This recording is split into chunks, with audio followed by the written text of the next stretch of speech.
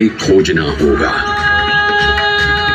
एक युग भगवान विष्णु के राम अवतार से संपृक्त और अगला युग उन्हीं के एक और दिव्य अवतार से समरस होना, ये अद्वितीय संगम केवल उज्जैन में ही संभव था।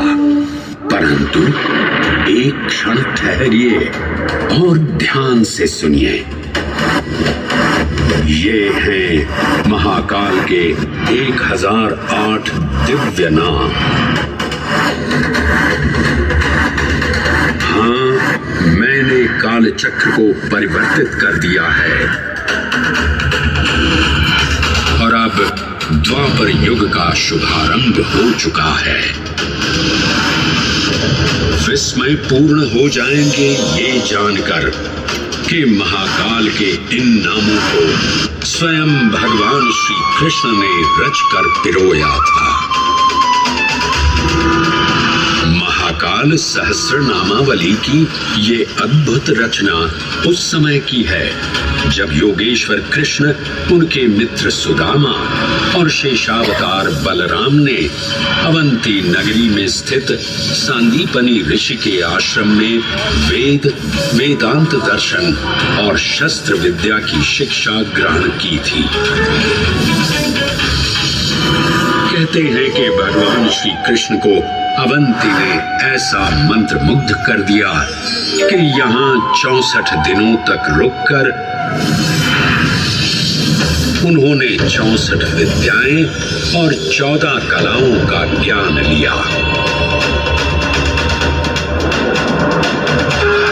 उज्जैन का संबंध महाभारत से भी जुड़ा हुआ है।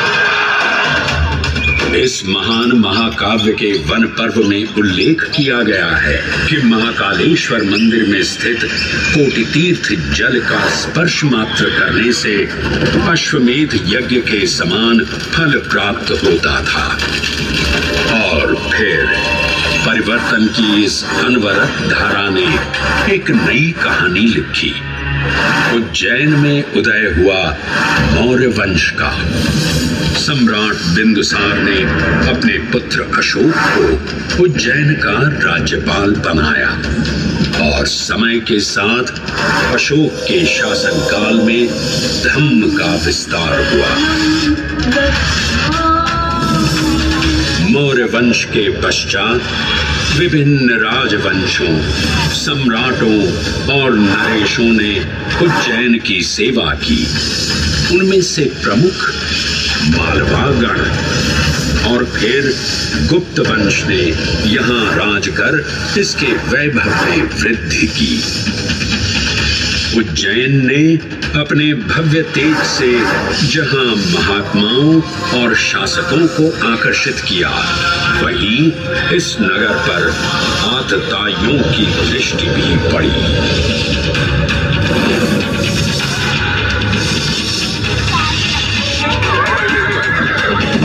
शक मध्य एशिया की खानाबदोश जनजाति थी जिन्होंने उत्तर पश्चिमी और मध्य भारत के कुछ हिस्सों पर आक्रमण कर अपना शासन स्थापित किया।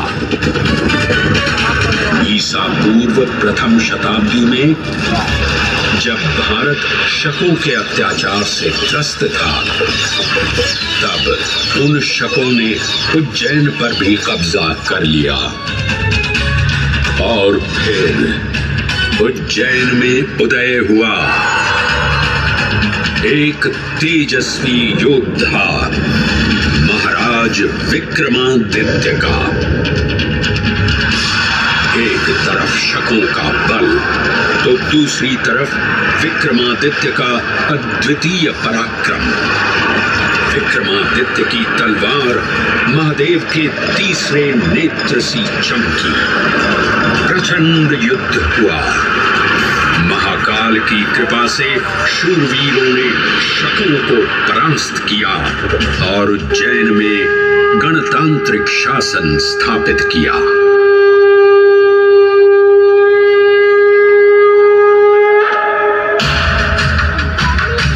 इन्हीं महाबली विक्रमादित्य की राज्यसभा महाकाल मंदिर में ही प्रतिष्ठापित थी।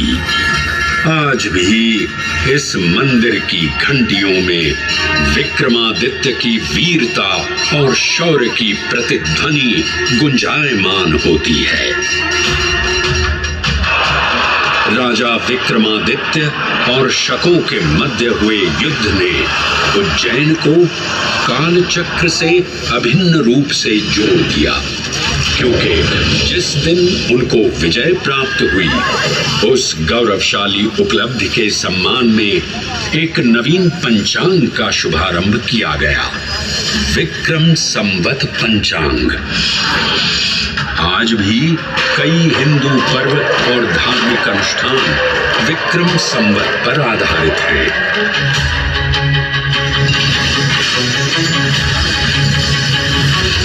पृथ्वी की भौगोलिक कर्क रेखा इस पावन उज्जैन भूमि से होकर गुजरती है। लगभग 300 वर्ष पूर्व उज्जैन विश्व समय का प्रमुख संदर्भ बिंदु था। यही कारण है कि उज्जैन की वेदशाला में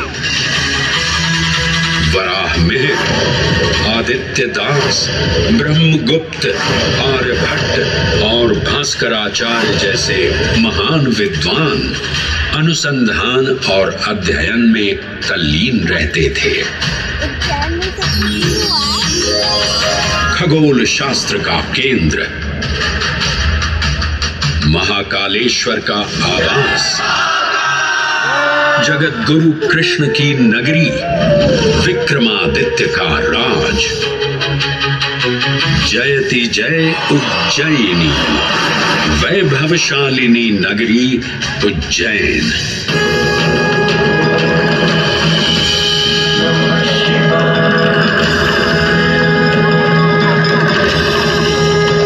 श्वासों को शिव मंत्र से अलंकृत कर, मन को भाव की गंगा से निर्मल कर, जो भी उज्जैन में महादेव की शरण लेता है उसका कल्याण होना निश्चित है।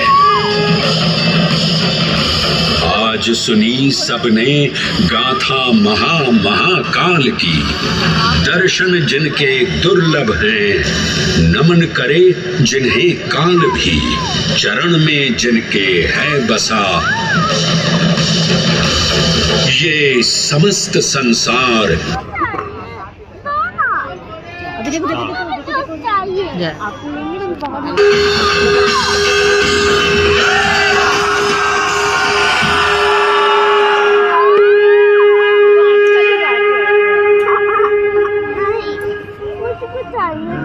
अभी लेंगे फिर जाएंगे, थोड़े के बाद जाएंगे। ओम नमः पार्वती पते।